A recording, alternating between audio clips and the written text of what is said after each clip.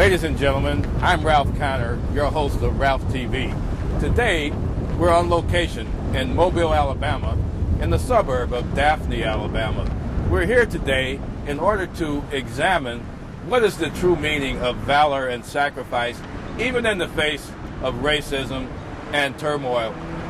We're going to take you into the home of a veteran of the World War II Battle of the Bulge, a person who was actually captured and a prisoner of war. We're going to take you into the home of an individual and let you examine firsthand what type of men it took for America to win the Second World War. And we're also going to examine the human factor of what was it like to be in a segregated army and to withstand the abuse of being a colored troop in 1944. We're going to talk with a Tech 5, a person who was a member of the Field Artillery Battalion known as 333, the 333rd Field Artillery Battalion, a gentleman named Willie Alphonse. We're going to find out what it takes and what it was like, and we're also going to find out a redeeming message of what it means to love America and to go to the next generation to respect that love that will never die in spite of the abuses that these troops receive.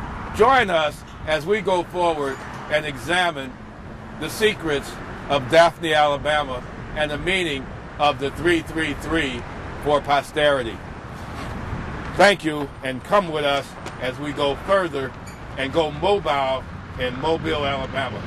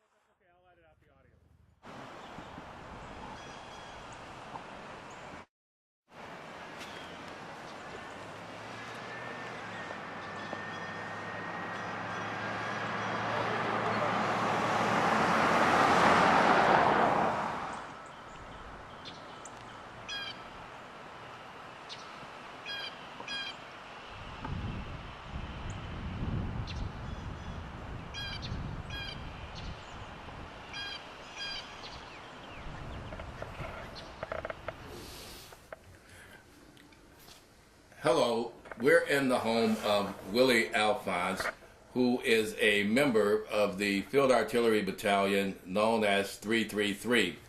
We're proud to be here today to ask an interview of Willie Alphonse about his experiences during the Battle of the Bulge during World War II. We want to start by thanking you, Willie, for inviting us into your home. We appreciate that you take a few time to give us a statement about your experience. Can you tell us how you got into the Army? Were you drafted or were you enlisted? Did you enlist? I was drafted. What year were you drafted?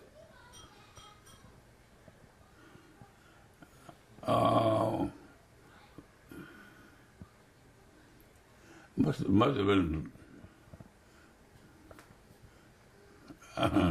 You were in 1944, you were in St. Vith, Belgium, at which you were in the Battle of the Bulge. So how many years had you been in the Army before you was over there in St. Vith?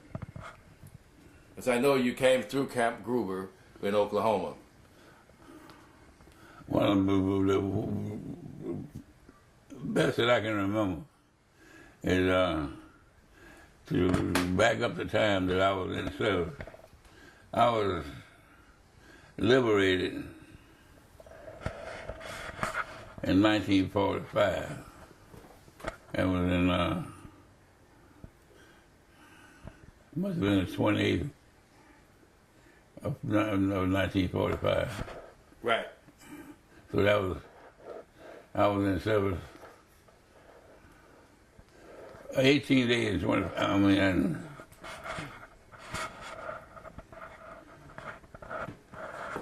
35 days. Just take your time.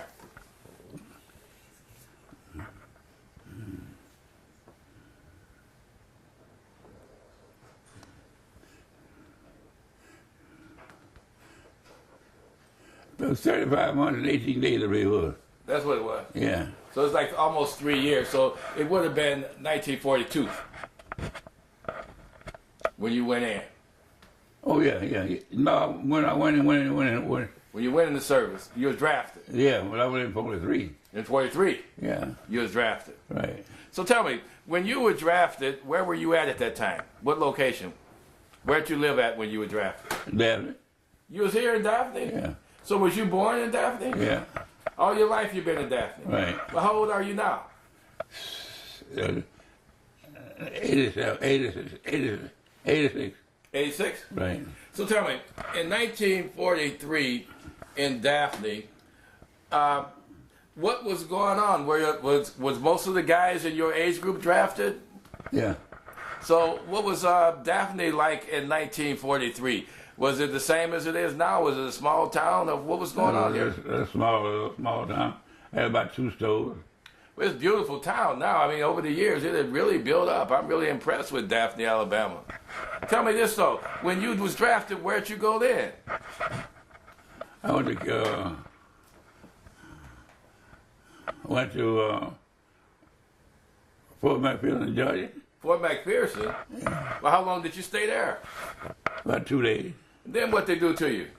Sent me from there to Oklahoma, Camp Gruber, Oklahoma. So you tell me about Camp Gruber, what happened when you got there? How did they treat you? What did you go through when you got there? Well, when I got to Oklahoma, we went in, we had some guys came in with route markers, and they were lucky enough to give me one. So I worked on that, and then the next day, they sent me to KP, and I worked in there for about 2 weeks. You worked in KP for 2 weeks? Yeah. What was the training like at Camp Gruber? Well, it was all right. Well, when I left off of KP, I asked the first sergeant, how long did you have to be on KP? And he said, no longer than 2 days. And I told him, like, I've been there since I've been here. And I had been in the CC camp, and I know a lot about it. And I told him, and so he said, well, he'll find out. He went and got me and said, well, what I was supposed to be doing. I said, I'm a truck driver. Mm-hmm. So he looked at my record, didn't have none. He got no record. Mm-hmm. The only thing was on there was just my name on the roster. So he said, well, this BC asked me, what kind of work did I need? I told him I was drive a truck. So he asked me how I like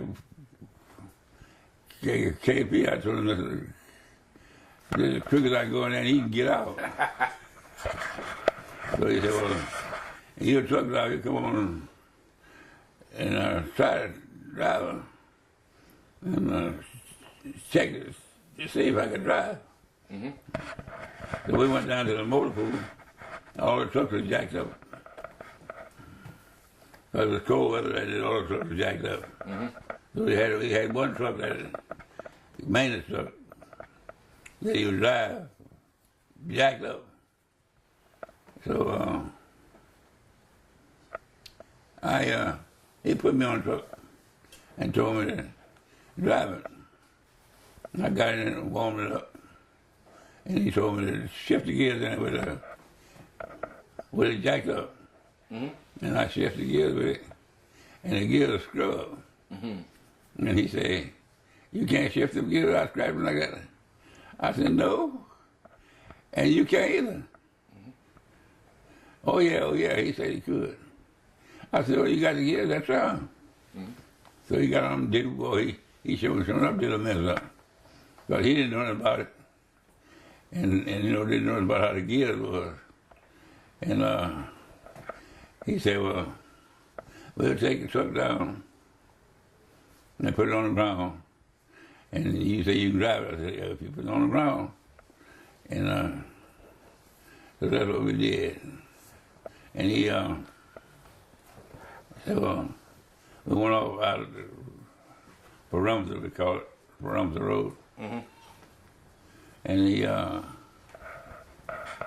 brought the truck back in. When I come back in, I did it different. I broke the gear down, coming in with him. And we had first lieutenant. Yeah. Was on the service battery. And he was listening. Now he could drive. Mm-hmm. And he listened at us when we come in. And he come in, he go in at us first. I said, Sergeant, who that drive that truck and come in? He thought he was done messed up. He flew off and told me in a hurry, telling me quick that I was the one driving the truck. So he said, well, I want you to drive it again. So he took me out there and went out and he told me, I want you to drive it. I said, you don't want no trick question on it? He said, no. Mm-hmm. I said, okay. So he told you to drive just like you did when you come in here.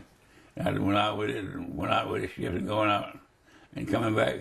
And I come back, I showed up those out and come on in, he said, okay. So he left, went down to BC. And BC, he told the BC about it.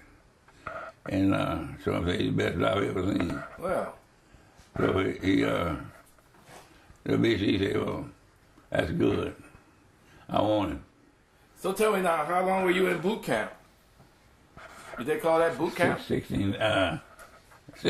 6 weeks? Yeah. So tell me now, what happened after you were trained to drive the truck? Do you remember the officers there? Were there white officers for the black troops? How did they treat you guys? All of our officers were white. All the officers were white? All but the chaplain. Mm-hmm. The chaplain? Yeah. The chaplain was black? Yeah. But the officers were white? Yeah. So how did they treat you guys? Did you get along with those people? Yeah. So they were fair with you? You figured they were pretty fair with the black troops? Yeah. They did good, I think. So, you know, for being black and white together. Yeah, back then in 1942. Back at that time, yeah. So tell me this though, when you left Camp Gruber, where did you go then? When you left Oklahoma, what did they do? Did you have to go through Texas and Louisiana, or did they put you on a ship somewhere? How did they get you out of the country? Well, we left. Camp Gruber went down on Maneuver, on Louisiana and Texas. Right. I was in the woods. And we come back from down there back to Camp Gruber again. We stayed in Camp Gruber, must have been about 5 or 6 weeks. Mm-hmm. And then they put us on a train and carried us to New Jersey. New Jersey? Yeah. And we rode about 4 or 5 days on the train. Going up and down the train track. We go to New Jersey. So we finally made it. Uh-huh. And then we went in there. I met at Camp Kilburn, New Jersey. Camp Kilburn, New Jersey? Yeah. We at Camp Kilburn, we went in. And we all went to shower.